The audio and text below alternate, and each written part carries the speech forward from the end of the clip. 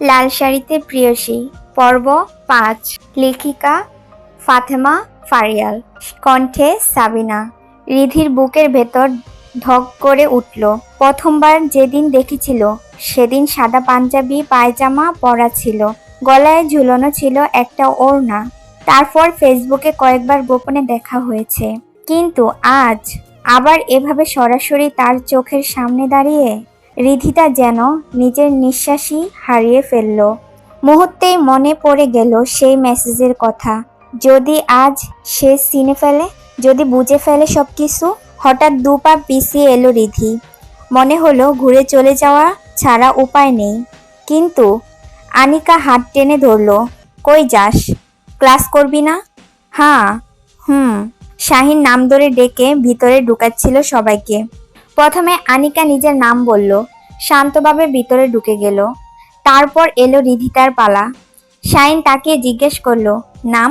গলা শুকিয়ে এলো, তবু রিধিতা বলল, রিধি, রিধিতা। এক মুহূর্তেই ভিতরের বাতাস জমাটা বাঁধল। আহাদ পট করে চশমা খুলে ফেলল। চোখে আগুন আর অচেনা উত্তেজনা। চোখ থেকে বেরিয়ে এলো সেই শব্দ, মিস জানু। রিদিতা মুহূর্তেই চমকে তাকালো। সারা শরীর যেন বরফের ন্যায় জমে গেল, কিন্তু নিজেকে সামলে নিয়ে কড়া সুরে বলল, না, আমার নাম রিধিতা রায়হান। আহাত চোখ ভাঙিয়ে আবার বলল, মিস জানু। রিধিতা এবার রাগ সামলাতে পারল না। আপনি কি কানে কম শুনেন? আমি বলছি রিধিতা। রইকার রি, দইকার দি, তয়াকার তা, রিধিতা। আহাদের রাগ মুহূর্তেই চরমে পৌঁছালো। এক ঝটকায় হাত বাড়িয়ে শক্ত করে ধরে ফেলল রিধিতার হাত। সবার চোখ বড় বড় হয়ে গেল। আহাদ গর্জে উঠল, শাহিন, 2 মিনিট, জাস্ট 2 মিনিটের মধ্যে এই ক্লাসরুম ফাঁকা চাই, কুইক। শাহিন, নাদিম, শাওন, তাদের মুখ সাদা হয়ে গেল। গার্ডরা সাথে সাথে নড়ে চড়ে উঠল। ছাত্রছাত্রী সবাই ভয়ে তাড়াহুড়ো করে বের হতে লাগলো। ক্লাসরুম একেবারে নিঃশব্দ হয়ে গেল। শুধু দাঁড়িয়ে রইল আহাদ আর রিধিতা, দুইজনেই চোখে চোখ। আর চারপাশের বাতাসে অদ্ভুত এক ঘন চাপা উত্তেজনা।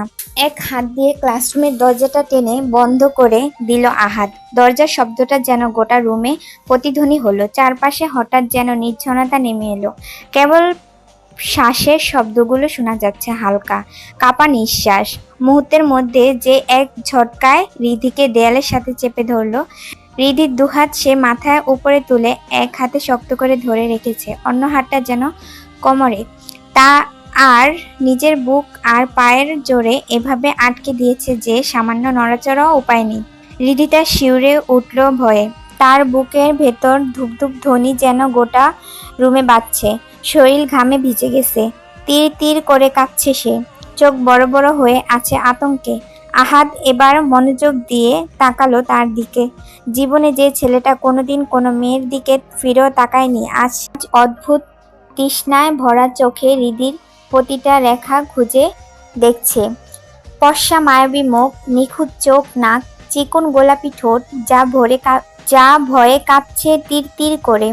চেয়ারের ডান পাশে ছোট একটা আবছা তিল, যা এই মুহূর্তে তার সমস্ত রাগকে আরো অস্থির করে তুলছে। কিন্তু রিধির শৈলে কাঁপন আর হাঁপড়ের মতো উঠানামা করে নিঃশ্বাসে শব্দ আহাদের ধ্যান ভেঙে দিল। রিধি কাঁপা কাঁপা কণ্ঠে বলল, কি করছেন? ছেড়ে দিন আমাকে, দয়া করে ছেড়ে দিন। আহাদের চোখ হঠাৎ রেগে লাল হয়ে উঠল। ঠোঁট কামড়ে নিচু গলায় বলল, 34 ঘন্টা আমাকে ঘুরিয়েছিস, ভেবেছিস শাস্তি না দিয়েই তোকে ছেড়ে দেব জানু? রিধি বিভ্রান্ত, ভয়ে বুকটা কেঁপে উঠল তার। কি বলছেন? আমি বুঝতে পারছি না, প্লিজ ছেড়ে দিন আমাকে। আহাদ দাঁত কিরমির করে আরো শক্ত করে চেপে ধরল। কজনকে এভাবে শাড়ি পরে ছবি পাঠিয়েছিস? হ্যাঁ, কজনকে আমার মতো করে সিরিয়াস করেছিস জানু? রিধিতা যেন জমে গেল মুহূর্তেই। মাথার ভাঁজ পড়ার মতো শিহরণ বয়ে গেল সারা দেহে। শাড়ি পরা সেই ছবির কথা ভেবেই তার মাথা ঝিমঝিম করে উঠল। মানে আহাদ রাজা সবই দেখেছে? কাপা গলায় আমতা আমতা করে বলল, ওই মেসেজ আপনার জন্য ছিল না, ভুল করে চলে গেছে। আহাদ আরো কাছে ঝুঁকে এলো, চোখ ঝিলিক, ঠোঁটে তীক্ষ্ণ বাঁক। তাহলে কার জন্য ছিল? বল, আমি এখনই নিজের হাতে তার দাফনের কাজ সেরে আসি। রিধি চমকে উঠল, ভয়ে কেঁপে উঠে বলে, না না, কারোর জন্যই ছিল না, ভুল করে ফিকটা চলে গেছে আপনার কাছে। আহাদের চোখ তখন আগুনের ঝড়। ভুল করে কি মেসেজটাও এসেছে? রিধিতা মরিয়া হয়ে মোচড় দিয়ে বের হওয়ার চেষ্টা করলো, কিন্তু আহাদের বাঁধনের ভেতর থেকে বের হওয়া অসম্ভব। তার নিঃশ্বাস ঘন ঘন পড়ছে, বুকের ভেতর চেপে আসছে কষ্ট।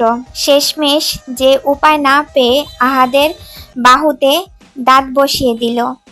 আহাদ ব্যথায় মুখ কুচকালো বটে, কিন্তু ছাড়ল না, বরং ঠান্ডা কণ্ঠে পিস পিস করে বলল, ভুল যখন করছেন তখন শাস্তি তো আপনাকেই পেতে হবে মিস জানু। রিধির চোখে ভয় চলচল করে উঠল। মানে? আহাদ নিষ্পন্ন কণ্ঠে বলল, এই বেঞ্চের উপর উঠে দাঁড়াও। কেন? আমি বলছি তাই, কুইক। রিধিতা কাঁপতে কাঁপতে বেঞ্চে উঠে দাঁড়ালো, আর আহাদ লেকচারের টেবিলে লাফ দিয়ে উঠে বলল। রিধির লাজুক শরীর কাঁপছে তীর তীর করে, চোখে ভয়, গালে লজ্জা। আহাদ ককস্য কণ্ঠে হুঙ্কার দিল, এবার কান ধরে 34 বার উঠবস করো। রিধি স্তব্ধ, অসহায়। না। হ্যাঁ, কুইক। কি হলো, দাঁড়িয়ে আছো কেন? আমার চেহারা দেখার এখনো অনেক টাইম আছে, শুরু করো। Ready, 1, 2, 3, start. রিধিতা বাধ্য হয়ে কান ধরে উঠবস করা শুরু করলো। আহাদ ঠোঁট চেপে নিজের হাসি সংযত করলো, তবুও চোখে মুখে হালকা মুচকি ভাঁজ স্পষ্ট। অথচ রিধিতার চোখ বেড়ে অশ্রু গড়িয়ে পড়ছে ভয়ে, লজ্জায়, অপমানে। আহাদ কাউন্ট করলো, এক এক করে 36 বার শেষ হলো। আহাদ টেবিল থেকে লাফিয়ে নেমে এলো, রিধিতার কোমর চেপে ধরে এক ঝটকায় নিচে নামিয়ে আনলো। নিচে নামালো, রিধি মাথা নিচু করেই দাঁড়িয়ে রইল। এটা আহাদের মোটেও পছন্দ হলো না। ককষ্ট কণ্ঠে বলে উঠল, এই আল্লাহর বান্দি, এই তাকাও আমার দিকে। কিন্তু রিধিতা তবুও মাথা নিচু করে রইল, কারণ সে জানে তার চোখে চোখ পড়লেই সে আর দাঁড়িয়ে থাকতে পারবে না। আহাদ এবার আরো ক্ষিপ্ত হলো। আজব, এত কষ্ট করে খুঁজে বের করলো শুধু এই চোখের দিকে একটু তাকাবে বলে, অথচ সে চোখ নামিয়ে রেখেছে কেন? কোনো অগ্রিম বার্তা ছাড়াই ঠাস করে একটা থাপ্পড় বসিয়ে দিল রিধির কোমল গালে। শব্দটা যেন দেয়াল ভেদ করে প্রতিধ্বনির হলো। রিধিটা চমকে উঠল, ঠায় কোকড়ে গেল সে। মাথাটা কেমন ঝিমঝিম করছে, চোখের সামনে সবকিছু ঝাপসা হয়ে গেল। এক নিমিষে ঢলে পড়ল আহাদের কোলে। সকালে না খেয়ে এসেছে, তার উপর পছন্দের মানুষটার কাছ থেকে এই লজ্জাজনক শাস্তি, অপমান, থাপ্পড় সব মিলিয়ে তার পক্ষে সহ্য করা আর সম্ভব হলো না।